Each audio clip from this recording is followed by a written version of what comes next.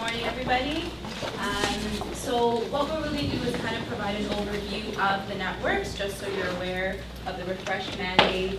And then there will be a lot of time to do some collaborative work together in your groups, based on a case study that Scott and I shared together that we were working on. Okay.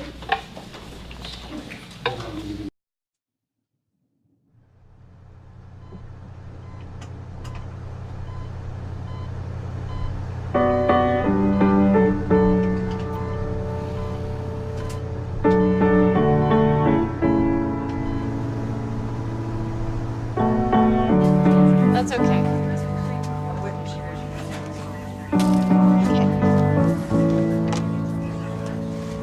She's in palliative care for it. Today we're called to the facility. Got some IV access going. There's nothing left to say. There's just a perfect day for us to use. There's nothing else to see. No better place to be. Now that you're here with me, and I'm with you. Why don't we wait here? I just wanna stay here. I saw a patient this morning with that name. Why don't we Is the pain wait starting to subside? here? Now. Bed management, Michelle speaking. Okay. What's the patient's name? McIntyre. All right, that's a compassionate bed. Let me see what I can do. You guys need help? Follow this hallway down there and follow the signs to Robbinsfield. So please don't move an inch. Don't ever change a thing.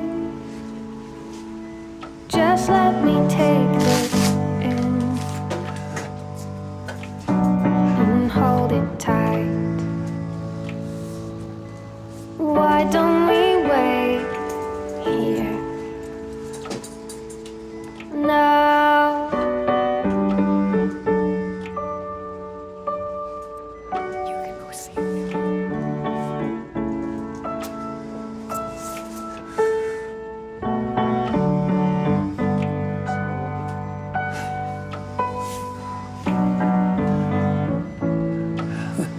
We grew up together, Why don't we wait?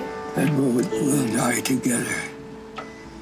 I just wanna stay here. Why don't we wait here now?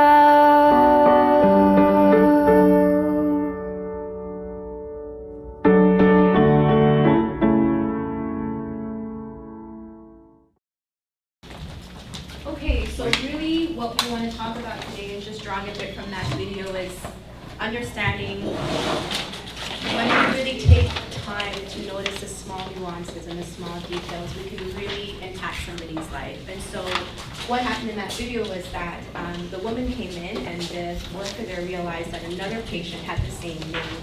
And so she was able to get them together to kind of have their end of life together in that way. So really, in the busyness of all the duties and tasks we have to do, how can we make time to kind of look at those small little specific things and be able to make more impact in the lives of those that we're servicing, okay? So we already kind of talked about what our overview and our time together will be. So I'll move past this slide. Scott and I were actually supposed to wear red today based on this picture, which says, how can you say we're not behaving like a team? We're all wearing the same color shirt, aren't we?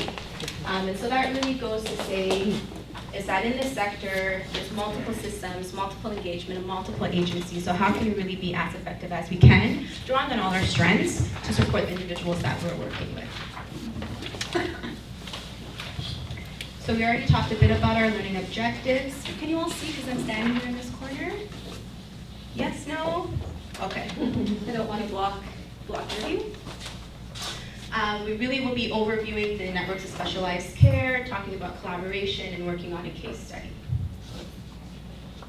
Okay, so just to review, our mandate is to serve adults with developmental disabilities with complex and multiple needs, which includes coordinating supports and services across sectors, providing complex support coordination directly to individuals and families, also acting as a resource to service agencies, DSO, local planning tables, so urgent response tables, clinical case conference, building capacity, so there may be services that are already in place that may not be from the DS sector, that may be from the mental health or the justice sector, and so really capacity building with those individuals who are already involved. And we do offer some French language specialized services as well. Some of the key roles within the team include a complex support coordinator. That is the role that I do right now. Sorry, I'm not used to speaking with a mic, so I'll put that out there. So that really involves filling in gaps when there are multi-sector involvement, different players involved at the table. It may be capacity building with an agency that's the lead that's involved when the complexity is beyond kind of their scope.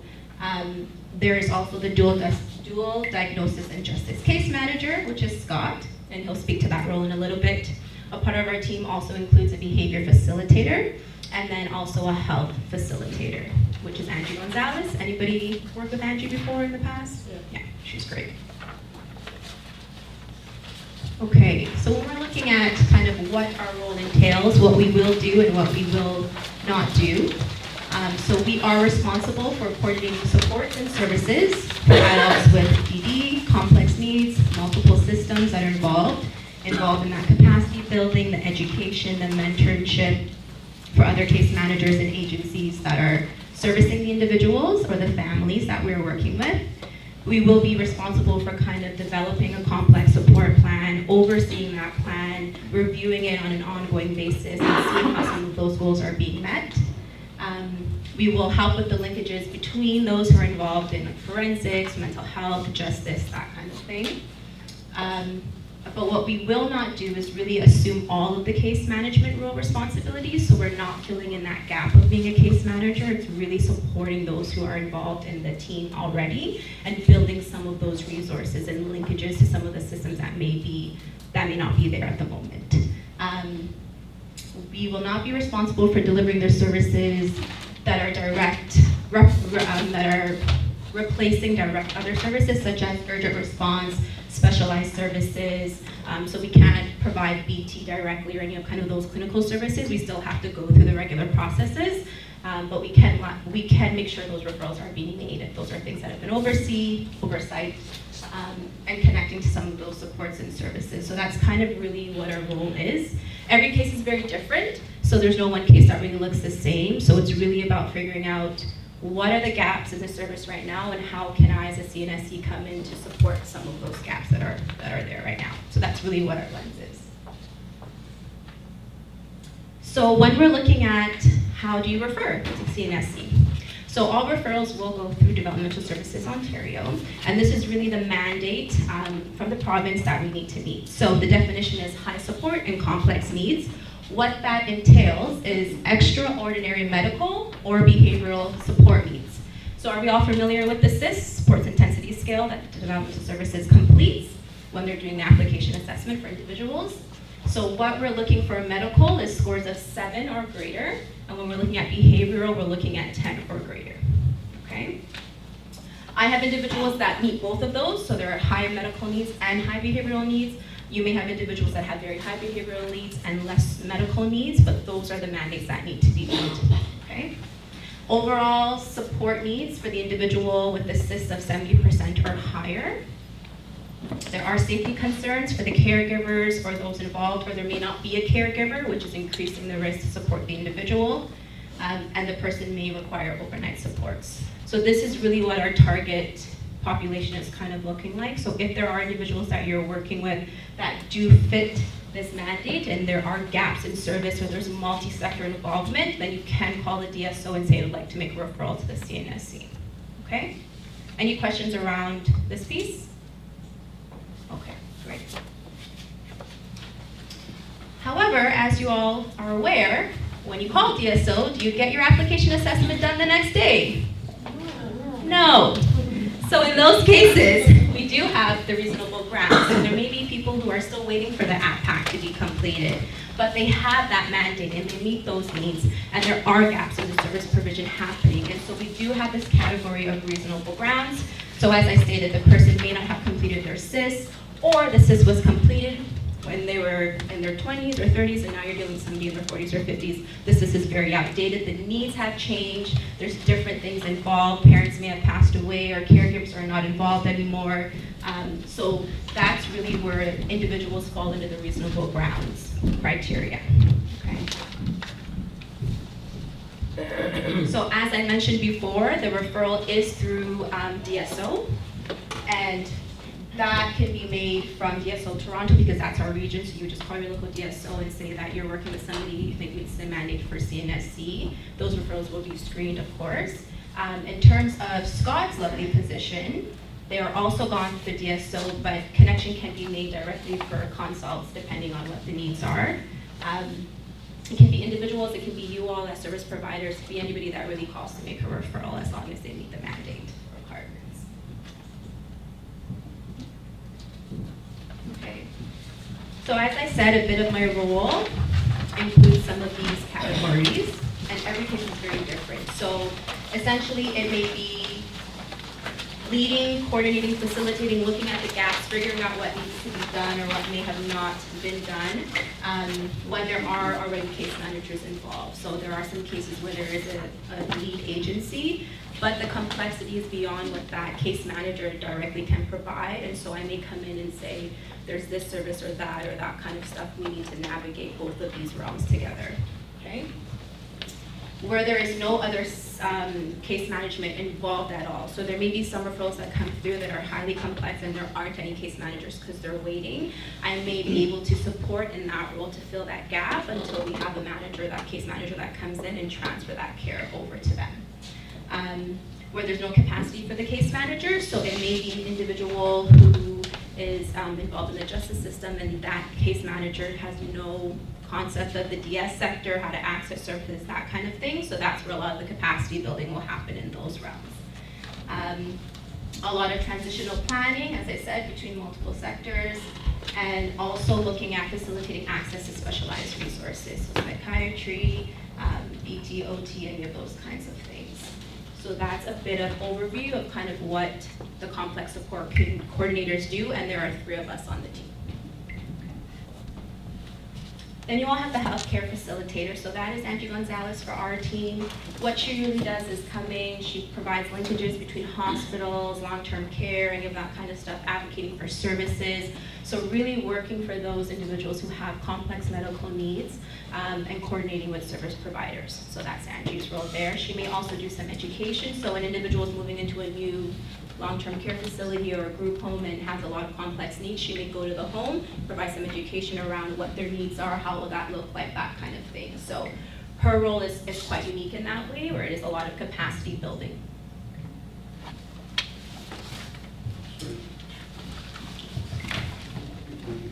Sure. Then you have our behavior facilitator. So really what that role is going in, supporting whatever BT supports are in place, or if there is a gap, or there was a plan created a couple years ago, but the needs are changing, taking a new fresh look at that, figuring how we need to amend that, stepping in when there are kind of no safety plans in place or that kind of thing. So it's really facilitating transitions, facilitating with other BT services that may be involved, working among different sectors. And that's really what the role of our behavior facilitator is. So he will not be providing kind of that traditional view of BT, ongoing intensive supports, but it's really facilitating with those that are involved in the care. Thank you. So I'll talk a little bit just about my role within the team. So I'm the dual diagnosis and justice case manager for Toronto Region.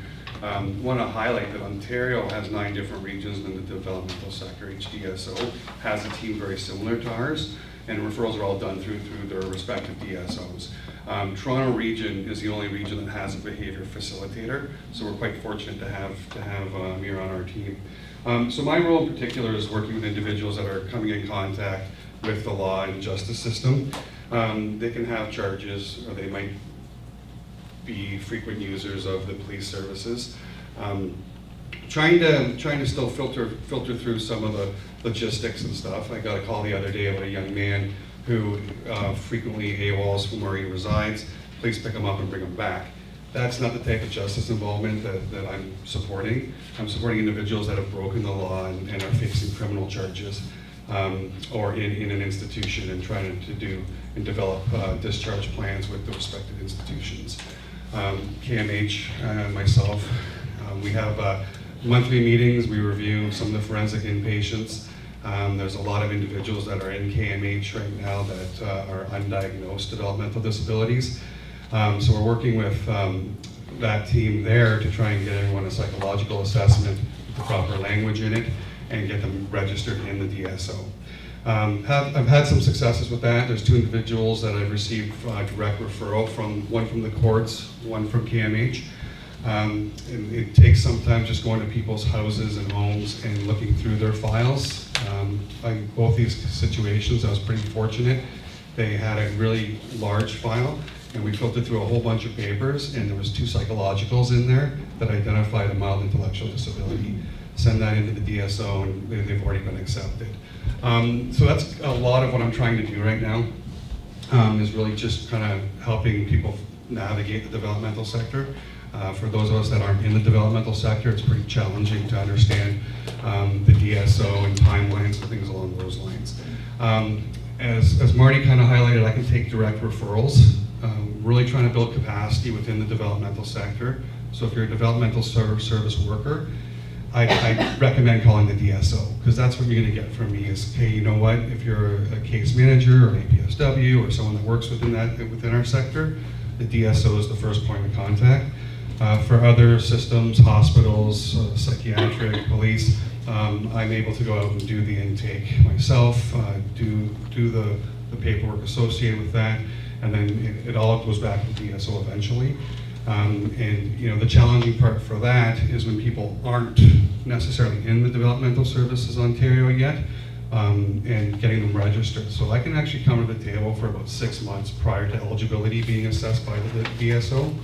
So for those individuals that are at court or before the courts on charges, we can navigate a little bit of supports, whether it be mental health or through the developmental sector, while we wait for that process to happen. Pretty fortunate because our office is at Surrey Place, and that's where the DSO is housed. We're working on a really good partnership with them, and the DSO has been pretty responsive so far for our team and our requests.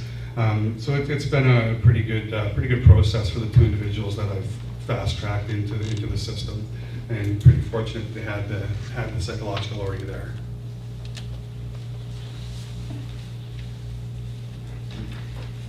Was I holding the button down the whole time I was talking? Oh, I'm going backwards? Oh, here we are. So this is just a little slide here about the Community Network of Specialized Care, the Toronto region. Talks a little bit about our supports and our services. So we've got the 4 positions that were highlighted already, and some of what we do. The ESR is something we're trying to maintain, the effective specialized response training. Marty, you're a trainer, right, for that? And there's some information in the handouts that we have directly pertaining to that support.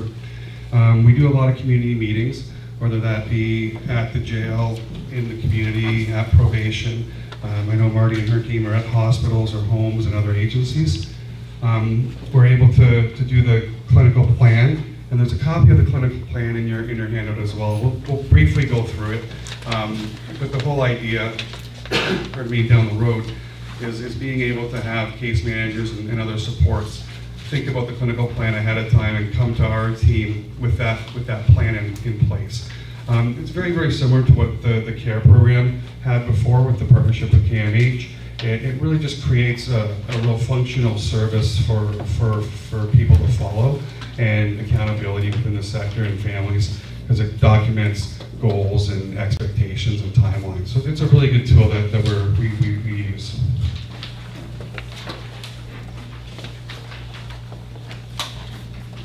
So some of the other supports that we have within Toronto and accessing our supports and stuff that Marty talked about is Clinical Case Conference.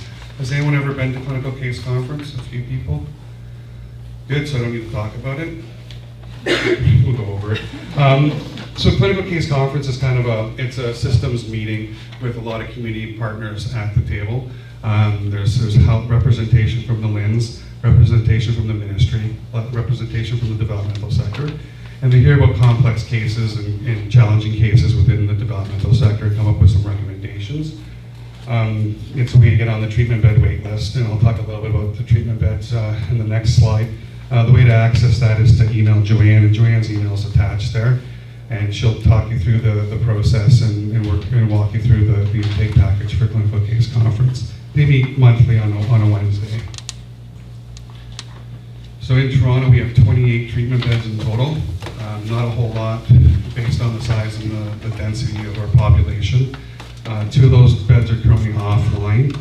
Offline just basically means an agency might have 6 beds and they have a challenging case, so they're taking more staff demands. So they get permission from the ministry to only have 5 individuals instead of 6 individuals, so the bed's offline.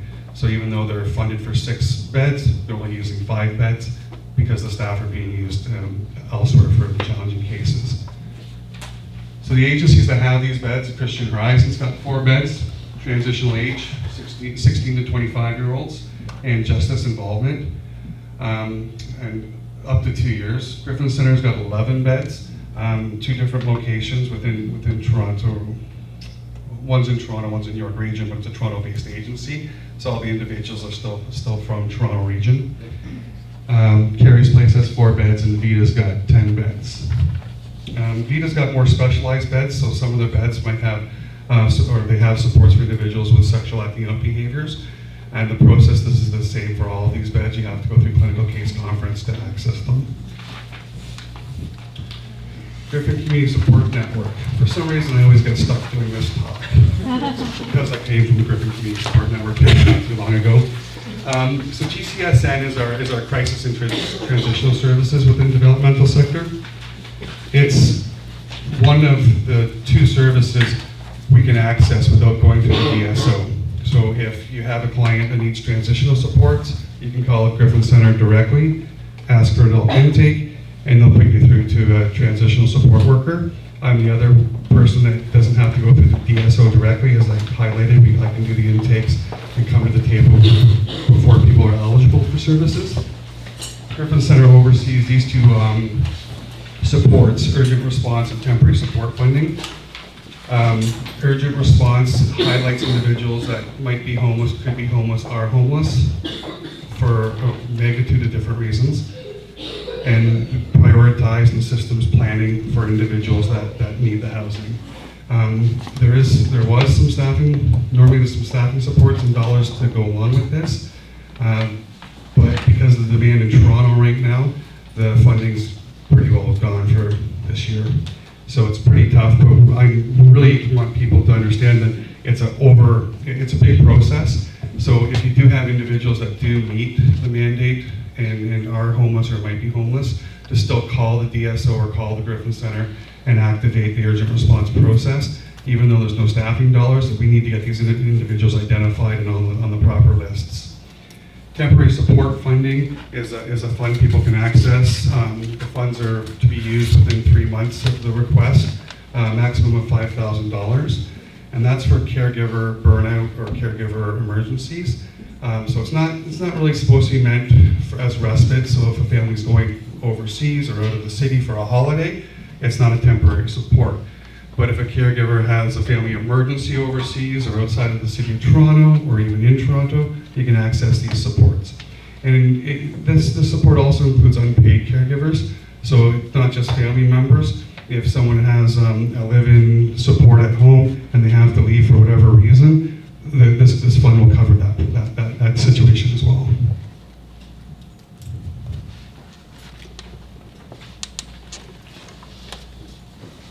Another program Griffin Center oversees is the ALC, the Alternative Level of Care program, formerly known as CARE. The program still exists for individuals with a dual diagnosis. This program here, again, is a direct call to Griffin Center or through the DSO. The DSO is aware of it. And it's for individuals that are in a hospital setting or a group home setting that don't need those types of supports. It comes with a behavior therapist from KMH who'll come in and do behavioral strategies and support the GCSN team and any support workers they have on supporting the individual get out of that location, whether it be for day programs or day activities, to try and change the profile within the developmental sector so agencies will be more apt to accept them into their day programs or residential settings.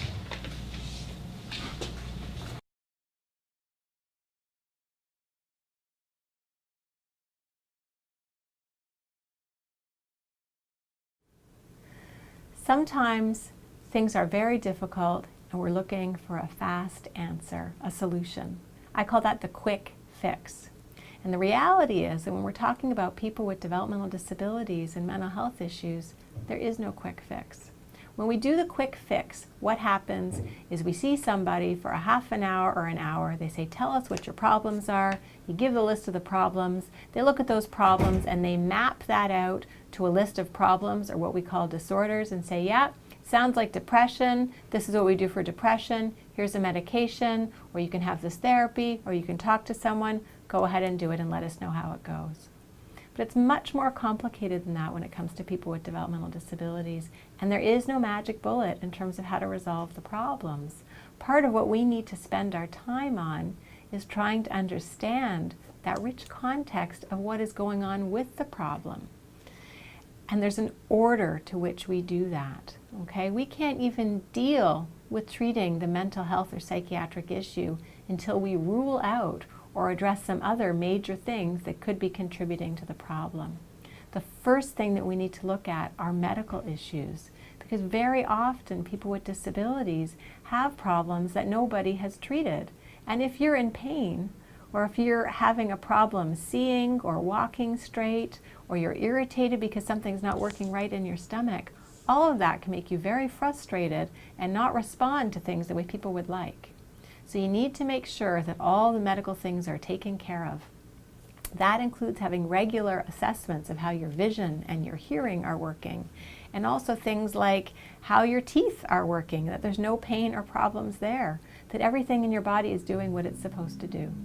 Sometimes people have a hard time because they don't have the support that they need. The solution in that situation is to try to beef up or make more supports for that individual so it matches what their needs are. On the flip side, some people have a hard time because they have too many supports. People expect they can't do enough, and they actually can do more than that if they were given the freedom and the ability to do it. So if we understood and we matched a person's current needs to the supports and expectations that people have around them, that can make the situation a lot better. After we've dealt with the medical issues and we've dealt with the support issues and the expectations that other people have of the person with a developmental disability, then we need to start thinking about different kinds of emotional issues that might be going on for a person. We all have times where we might feel sad, where we might feel loss or pain, or we might feel some anxiety, and that doesn't necessarily mean that we have a psychiatric disorder. It means there are emotional things going on in our lives, and we're giving the exact response we're supposed to, given our situation. So it's really important to understand with people with developmental disabilities, understanding things like, has there been a loss? Have they stopped being friends with someone that they really enjoyed being with? Has someone died or moved away? Has there been a pet that's ill or that isn't part of their life anymore? Is there bullying going on? Are people being teased? Is the person afraid to go to the place they usually spend their time because someone is not being nice to them?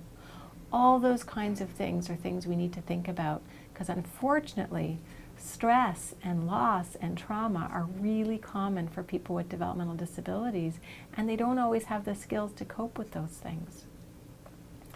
Once we've understood the impact of emotional issues, the issues of supports and expectations, as well as really screening and taking care of medical or physical health issues, then we can start to figure out if there's a psychiatric disorder going on and how to treat it.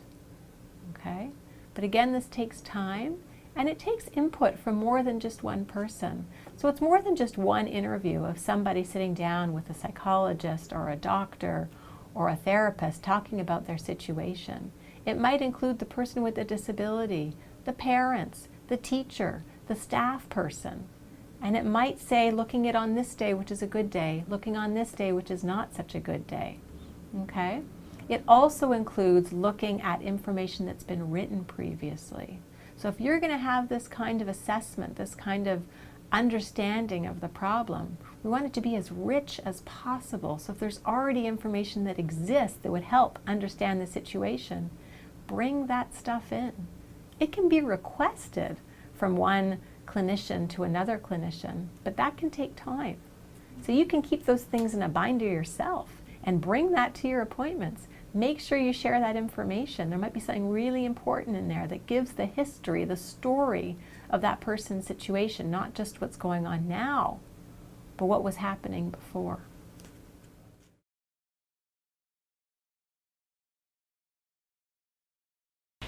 So as we know, we really appreciate that video because what Yona is alluding to is that there really isn't any quick or simple fix, right? And oftentimes we're told to go in and problem solve and we throw resources or ideas at things and we haven't really assessed some of the basic things. And there's a lot of stuff talking now about constipation and let's talk about poo and some of these things because there are a lot of individuals with DD who are actually passing away due to issues related to constipation.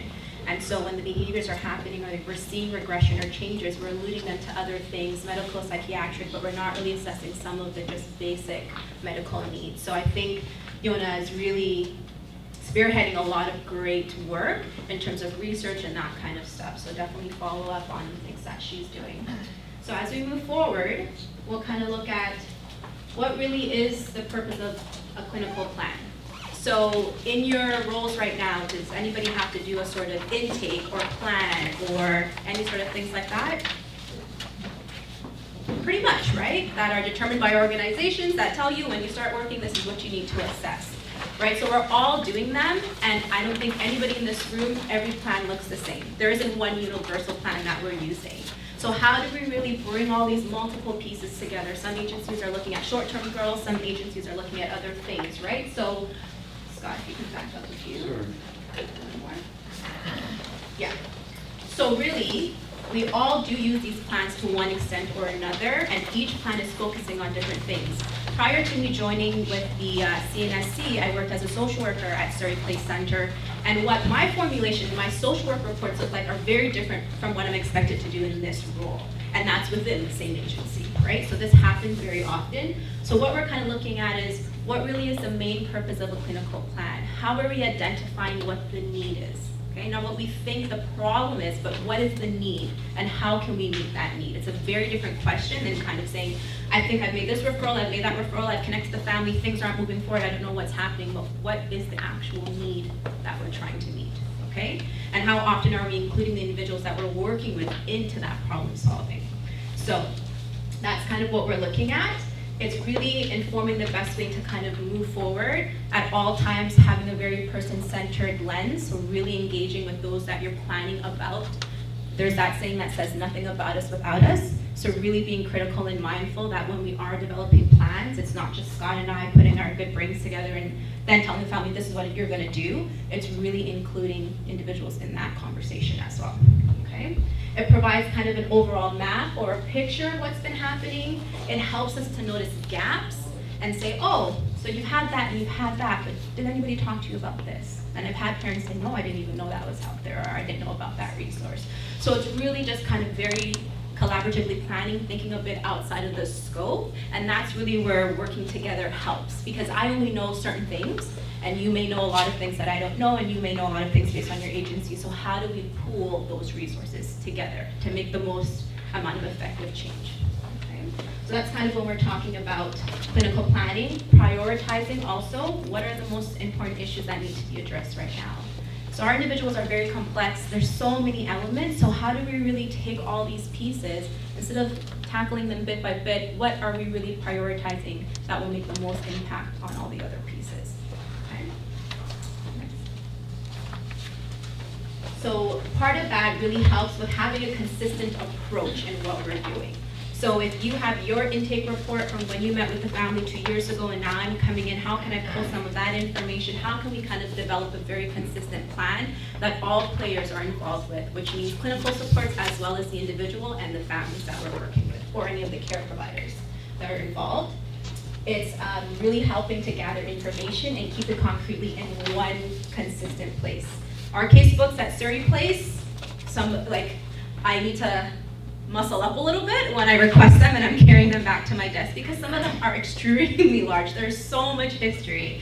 And that's just from this family engaging at one service provider, which is Surrey Place, right? If they're in and out of the hospital and those types of things, there's going to be that medical history that's following them as well. And not forgetting the knowledge that the families have themselves on the people that they've been supporting, right, on their children. So really gathering all that information concretely into one place versus scattering and looking for it all over. So that's really what the purpose of the clinical plan is.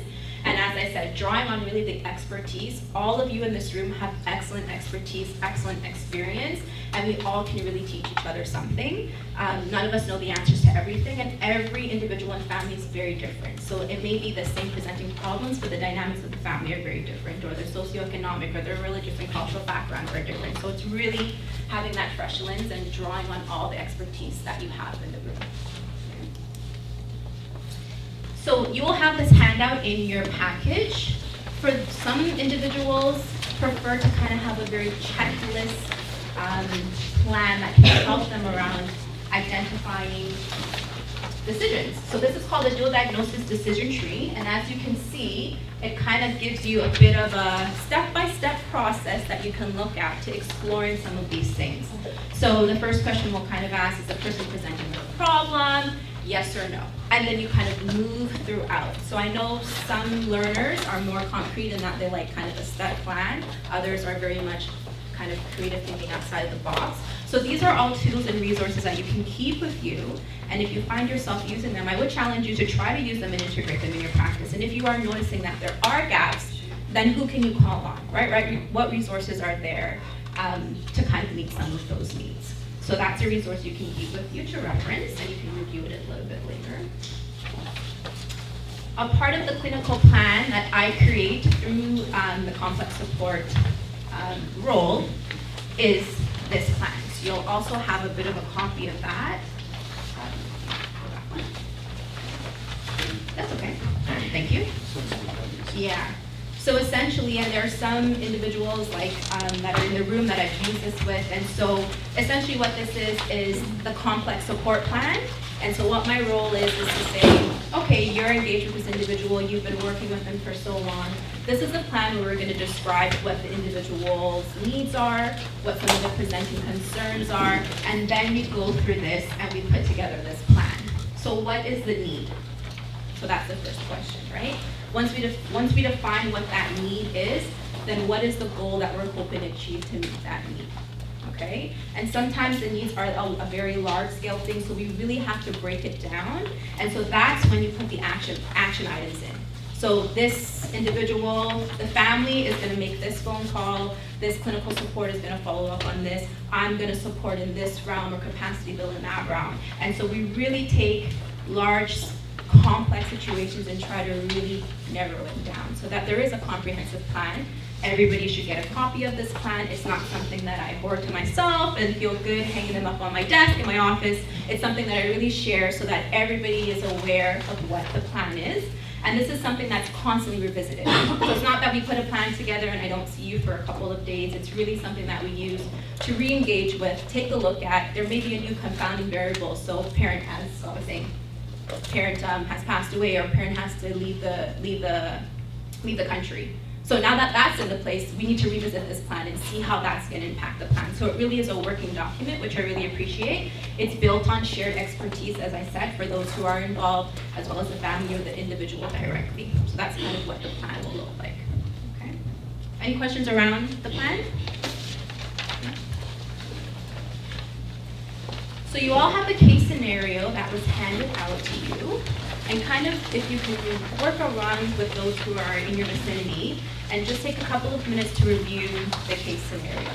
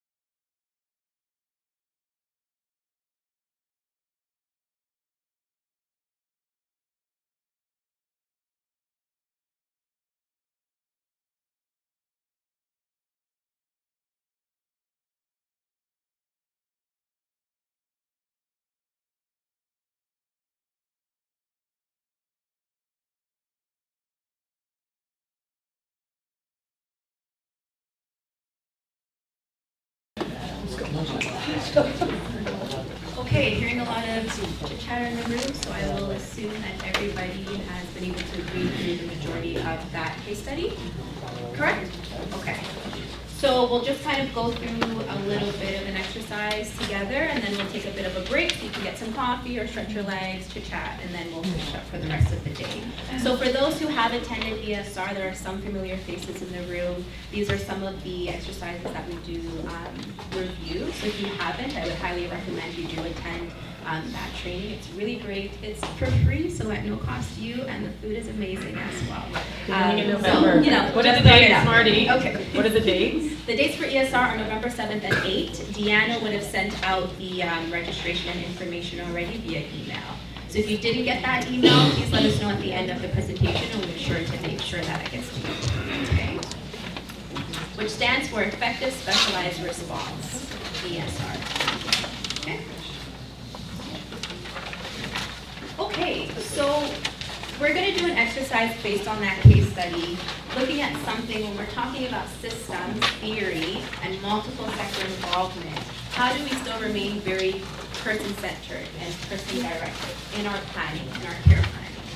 So when we look at this circles, we see that the human being would be the individual in your case study, would go right directly in that middle circle, okay? Then we look at the next circle outside of that, that's referred to nourishment. So really basic nourishment. Where are our sources of nourishment? So if we're referencing this individual based on the case study, where may be some of his sources of nourishment? Family, the parents. Where else? Hospital. Any other thoughts? Restaurants, himself going out and buying fast food, right? So he has the ability to do that. His parents, family, and hospital. So those are kind of his, sorry? Yeah, yeah, buying lottery tickets. Saw another hand, that one up? Same thing you're gonna say? Yeah. So those are some of the sources of nourishment, right? So when we look at shelter now, what are some of the sources of shelter for this individual? What would be some of those sources to meet the shelter needs? Hospital, again, of course. Family home. Family home. Group home at one Group point. home. And still a potential if we engage with DSO and he's waiting on that list. Jail, yeah. Shelter, perhaps too, right? Okay.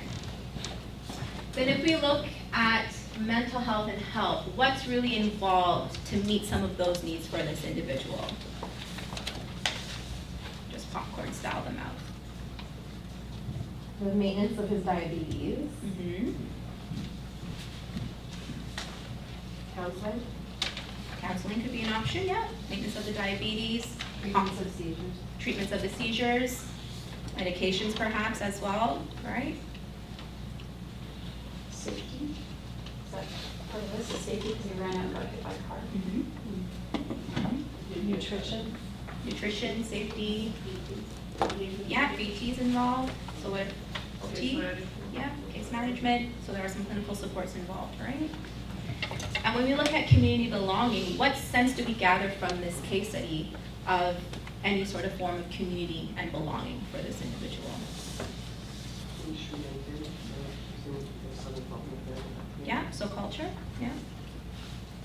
His own family. His own family, 100%, yeah. But there's really not much, right? When we think about it, there really isn't much. So now I want to run this exercise with you all, thinking of an individual who's the same age as this young man who doesn't have a developmental disability, okay? So if we think about nourishment, what could somebody's sources of nourishment be if they don't have developmental disability? Cooking themselves, grocery shopping, Uber Eats maybe, perhaps. That's the new trend on the scene now. What else? What other sources of nourishment can an individual that doesn't have developmental disability meet that need? Intimate relationships. Pardon? Intimate relationships. Yeah, so we're still focusing on the nourishment piece. So we talked about cooking for yourself, doing your own grocery shopping, takeout, eating, restaurants, like there's a bunch of things, right, when we think about that component. When we move into shelter, what are some of the options for shelter? Your parents' home, yeah? Your own home. Your own home? You said something? No? Yeah, on your own. In your dorm, right? You can stay a couple of nights in a hotel, or you can do an Airbnb. Family and friends' homes, maybe a cottage. There's a bunch of different things to meet some of those needs, right? When we think about mental health and health, what could be some of those elements? What are they for you all? A life coach? Family doctor, life coach, LCBO. psychiatrist, dietitian, yoga, family doctor, right? And then we think about community belonging. What is some of those for us in this room? Job, work. Your job, your work, your youth group, your school, Friends. social clubs, your friends, trailer, professional organizations, going for walks in the park, traveling, going to the theaters, going to the movies, all variety of things, right? So when we did it with the individual in this case, our options were very limited. When we thought about it for an individual who may not have developmental disability, we thought of much more things to feel that belonging. And if you look at the contrast with community belonging, we had a lot of different variety of ideas that fuel our being. For him, we had about two or three options. So really what this helps allude to is sometimes when we are doing clinical planning, we're really thinking in that mental health realm. We're thinking about clinical supports. We're focusing on all those things. We're not looking at any of these other pieces. And the community belonging is one that we don't tend to focus on quite often. And really, having a sense of purpose, like I play soccer. If I stop playing soccer, I don't know how to cope, to be quite honest, because it's a huge outlet for me. That's a huge part of my community belonging. And that really keeps me in check and helps me level out some of my stress and that kind of thing, right? So something as simple as soccer has a huge impact on all the rest of those circles for me. Okay? So sometimes it's just really creatively thinking outside of the box, and I know we work in this realm of clinical supports. Is there a BT, is there OT, psychiatry, and those are our first things that we go to, but we have to sort of bring this lens into our planning, and it's okay to have these conversations. It's okay to say, what are actually your natural supports? Do you always want a stranger coming to your home, asking you a series of questions and doing the intake with you over and over and over again every time you make a referral to somewhere new? Do you have an aunt? Do you have a sister? Do you have a grandmother? Is there a pet that's super important to you? Is that something that we can use as motivation to support you in your care so you can continue to care for your pet? Very, very basic things, but these are things that often get overlooked in our work. So it's just really another tool to use in kind of our complex planning. Okay? Any questions around that? Was it new, interesting to do? Any feedback around it? New perspective? Kind of consider? Yeah, okay. So I think at this point we'll take about a 10 minutes break. You can chit-chat with people, grab some more snacks, and then we'll reconvene. Hey, how's everybody feeling? Am I talking too much? Please let me know.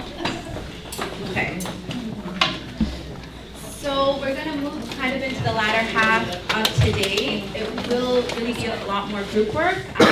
You'll get to kind of use the next tool, which is something that we elaborate on in the ESR training as well in more depth if you're interested in attending. And that's really the biopsychosocial case formulation. So in your package, you'll have the table grid, which says the bio, the psycho, and the social. And then everybody able to access that? Yeah, okay. And really what we're looking at is taking that first tool that we did, looking at the decision-making tree that we provided, how are we making our formulations and our clinical care planning based on a biopsychosocial formulation. I think, show of hands, anybody's heard of this? Yeah, most people, so I won't go over it too much, but as we do know, looking at some of the bio, gender, abilities, genetics, any of those kind of things, looking at some of the psychological, so learning, attitudes, beliefs, that kind of stuff, and then also looking at the social, so supports, informal, formal supports, what are involved for the individual and family that we're working with. So when we look at our grid here, we're taking those elements of the bio, the medical, the genetics, the psycho, and the social, and then we're looking at the 4 Ps. Anybody heard of the 4 Ps? Some no? Okay. So we're really looking at, oh, I didn't realize the room was in the back there. That's where the cookies are. That's where the cookies are, you are right. We should bring them up here.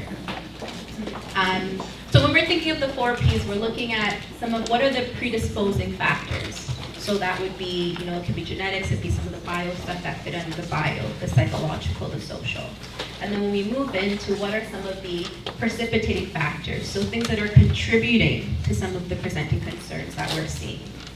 And then we look at some of the perpetuating factors, so what's sustaining some of these difficulties that we're seeing.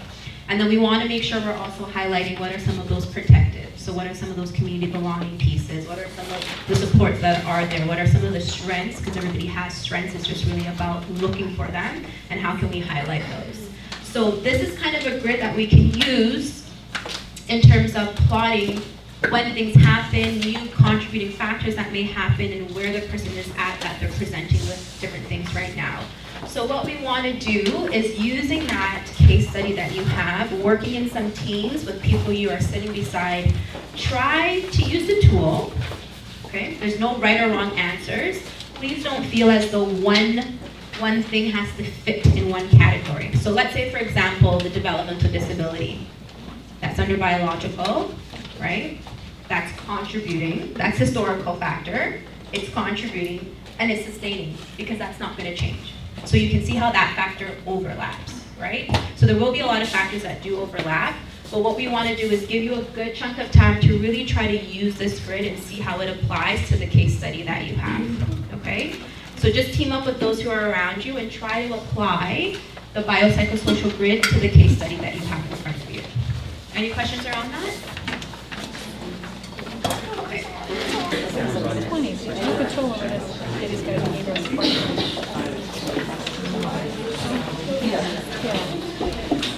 True story.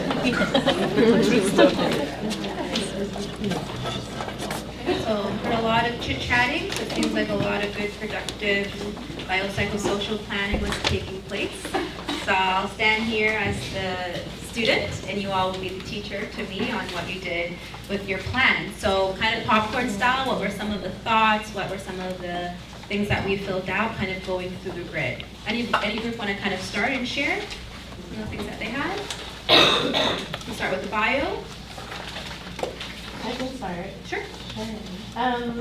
So for predisposing biological factors, developmental disability, ADHD, OCD, conduct disorder, seizure disorder, and medications for seizures, diabetes, and dietary choices for the food that we eat. Nice, great. Anybody else want to share? And all of those will kind of overlap across the 4 Ps, right? Okay. What about when we're looking kind of at the cycle? Another group want to share what they had in the cycle? Any of the Ps that they did?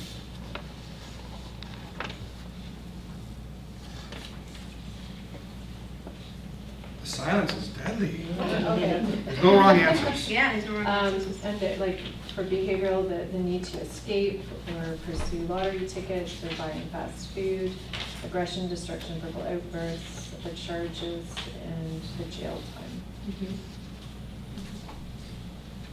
So I think I'd like to add trauma to that, just sort of the trauma around the developmental systems. Especially the Can you just have people speaking up when they have comments, just so that it's heard on the Oh, video? sorry. Do you want to? Or repeat it. Watch it. Or just repeat it. So I said the trauma of having been involved in multiple systems, being hit by a car, just in general, experiencing all of this. I like how you looked at the camera when you said that. Yeah, that was good. If everyone could do that, please. Great reflection. What if we look about the social? Any other groups want to speak about what they had kind of under the social, under any of the 4 Ps? Yeah? We had the family background and the cultural issues, the autism, and that precipitating factors might be that the family's now kind of pulled back, but the sustaining might be that the brothers now stepped in and Griffin Center's involved in the connection with the primary agency staff. And then protective is that he's very resourceful And he must be very sociable to get the other folks Oh, in yes. the hospital to give them money. He was. He is very resourceful. So he's a very unique guy, actually. Yeah, so a lot of those are great. There's a lot of protective factors that are there outside of looking at clinical and systems, but the family still engaging, the brother stepping up to provide that kind of care, his own skills as well, a lot of advocacy. This was a very challenging hospital to work with. And the pressure really was for discharge at every single meeting possible. So it took a lot of that, and brother did step up to really fill that role for his family. So you can see that there's a lot of strengths within the family unit, so we really worked with those strengths, okay? Any feedback from the room on how it was actually using the tool? It's not so much about the responses for the case, but using the tool. This is something you think you would use in your work? I was just reflecting on how I like the three categories, biological, psychological, and social. But I think when I was using it, I would clump together, and just like under biological, we have medical, genetic medications, and we describe it.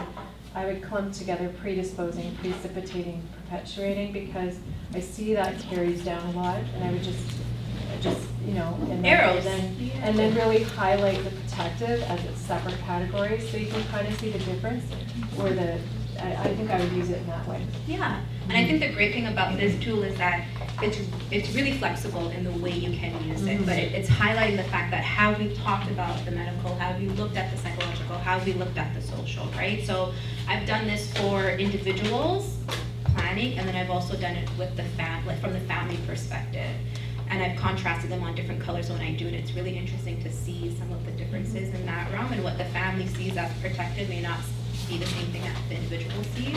So it's really a pretty neat tool to use. So thanks for sharing that feedback. Anybody else want to share? Yeah? Just the strengths. So identifying some of the things that you had said, he's resourceful. That was a strength that we might have seen as, oh my God. It's like, that may not have been perceived as a strength, but one of his strengths is his dream to have a family home, and he's enthusiastic about shopping, or about money. So, that's a strength. So I would have missed that. And it's interesting because the social work in the hospital was, he's sent to the PICU. I get those emails or those phone calls because he was acting out and having an aggressive episode, but really what he was expressing was, I need to get money so I can buy this home for my family, right? So really expressing care for his family. And so it was interesting how she interpreted that, and how the hospital responds to some of those things to address those behaviors, whereas we're hearing him really displaying the care that he wants to be connected back with his family, and he hasn't been. Right? And the family has also said, your parents have gone to Sri Lanka, they haven't come back. So he was longing really to be reconnected with his family for quite some time. So thank you for that feedback and for sharing. So really kind of as we wrap up, we do have our contacts listed on the last page of the slide. For Scott Skinner and myself as well, if there are any questions. So we do have those users there. I have a question. And also, yes. Well, I don't really have a question, but can you take a couple of minutes just to talk about how you might use the biopsychosocial to help inform the care plan? Not to get into too much detail, but just a little bit about how you might use those two together. So when you are using kind of the biopsychosocial, that can help inform the clinical care plan. So when I was talking about earlier, what is the need, right? What is the need that we're seeing? So maybe in this instance, the need is that connection to the family. So how then can we kind of help meet that need while he's in the confinements of being in hospital? So father would visit. Actually, what we were able to do was have him go to the Mandarin to have a lunch with his family one day. And so for the mother's birthday and things like that. So we were able to integrate that with some staffing supports, drawing on Griffin Center, which you've already talked about, to get a one-to-one staffing support to go with him. And he was able to leave the unit and have a lunch with his family. So that's one example on how we were able to integrate some of those elements, and that was a need that we were able to meet in the care planning. So where can we get the staffing? Who's going to make that referral? What day can he go? Liaisoning with the hospital. How long will the visit be? Who will support him? And all those kind of basic details, but putting that inside of the plan, right? So that's Great, thanks for that suggestion, that's one. And I think there's copies of that, right, in their handout? There's Yeah, so we copies did of kind of do a very basic kind of fill up of the biopsychosocial. I think a lot of the elements you already alluded to are in that. But it really is another resource for you to use in your clinical practice, not only for people that you're working with in your teams, but working with the families as well. And sometimes if you do have time to do that, I have done it with families as well, and it's kind of like, oh, well, we didn't think of this element, or we just need BT. I know that if we get this, or we just need the psychological assessment. If we get that, everything will be fixed, and we need the medications. And sometimes it's a bit beyond that, and having that conversation to allude to some of those elements. So that's really what the tool is for. Okay. Any other questions? Well, we do thank you all for coming out. We do have a few minutes, so if you do want to continue to network for a bit, meet those who are in the room, get some contacts and resources. And we do have some feedback forms as well. Please let us know your assessment of today and how the tools were helpful or maybe not helpful, or any things you would like to discuss moving forward. Okay? But thanks for being here with us this